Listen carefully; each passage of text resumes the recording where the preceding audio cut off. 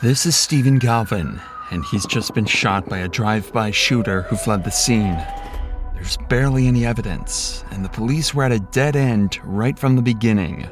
Or at least, that would be the case, if Steve hadn't managed to use his final breath to solve his own murder seconds before he died. Steven, who did this to you? I think we're far enough away. Cyclot? With only a nickname and a million questions remaining, the cops had the hardest investigation of their lives ahead of them in a race to bring this monster to justice before he kills again. On July 2nd, 2015, police rushed to the scene of an apparent drive-by shooting in a previously quiet neighborhood in Clear Lake, California. Police emergency line? The man has been shot. The man could be. Do you know who shot him? Lady, I don't know who shot the man. All I know is that he's been shot. He's laying out here on the dirt. But when the cops arrived, things didn't seem right at all. Nobody was scared or panicking, and when they approached the victim, it seemed that he had no injuries at all. Are you shot, sir? All right. What's going on? I'm okay. What happened? Do you have any injuries, sir?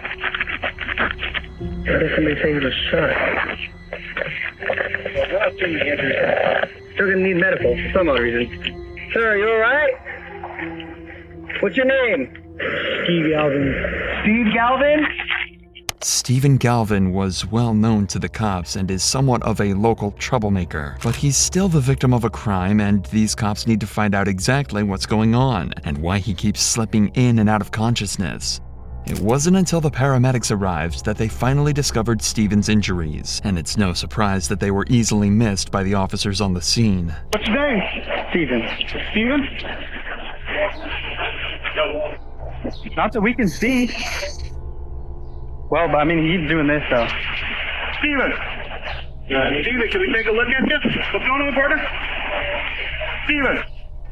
Wake up for me, partner. What's going on today? Oh. Just cut the toes off. Try not to move around too much, Steven. What is that? Roll him on his back and look at his back. Steven, can we take a look at you? Let's get you out of this backpack here. Yeah, I think we're okay on the airway.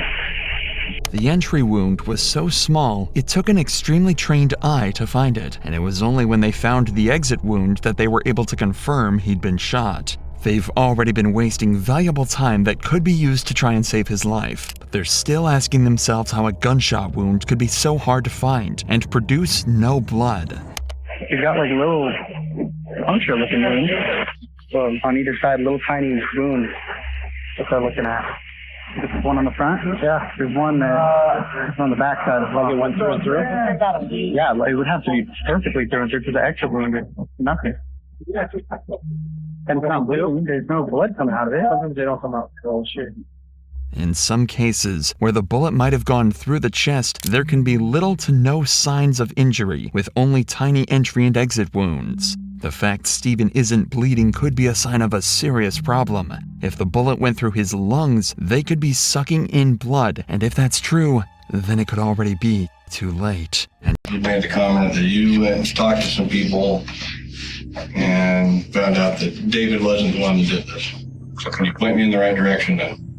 I'm not saying anything to nobody about what we're talking about. Nobody even knows that I know. I get that. Let me explain this real simple to you, okay? If what you're telling me is the truth, I need you to be extremely forthcoming in this, okay? I just want to spit the name out, but I'm so afraid. it seems that David's ex-girlfriend could name the killer, but was also scared of the repercussions. But at this point, that didn't matter. 3 different people have all now individually claimed that David is innocent, so they decided to press a little harder and finally uncover the truth. Let me explain this to you.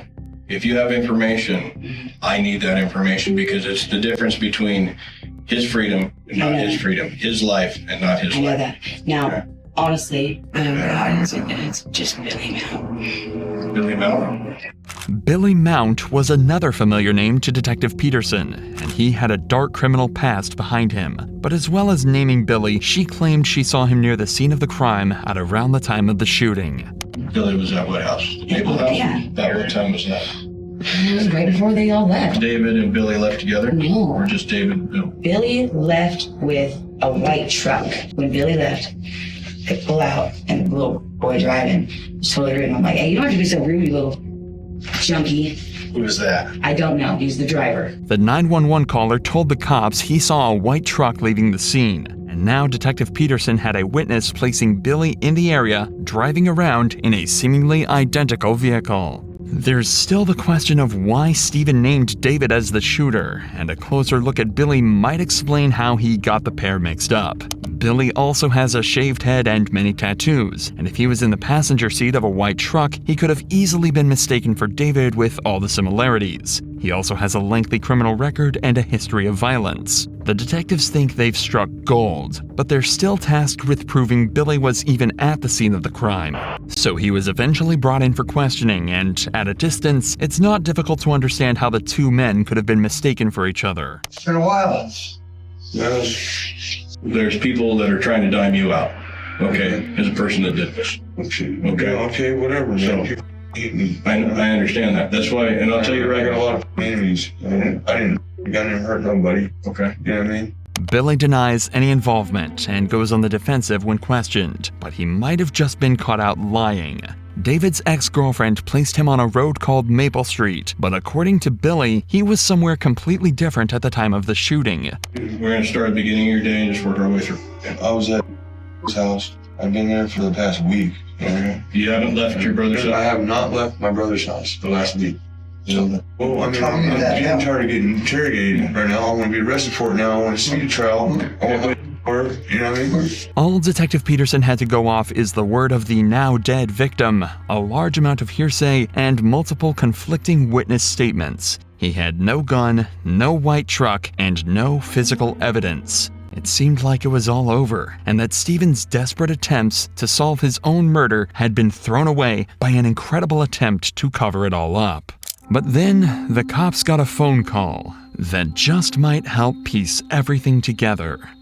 The call came from a concerned mother who told the detective her son was an unwilling participant in the shooting and wanted to hand himself in to the police.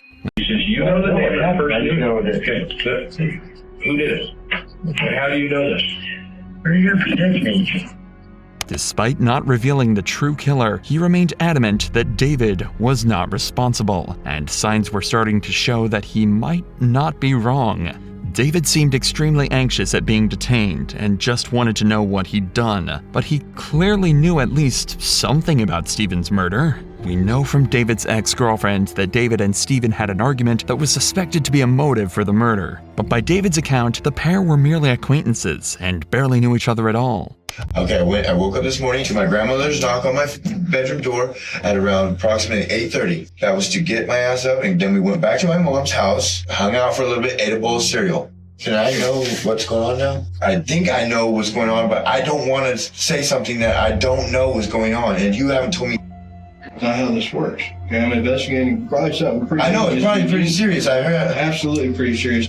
Why would it be the fact that the last words that I get out of T-Bone, I agree. when I ask him who he says Cyclops. I can't believe that guy did, dude.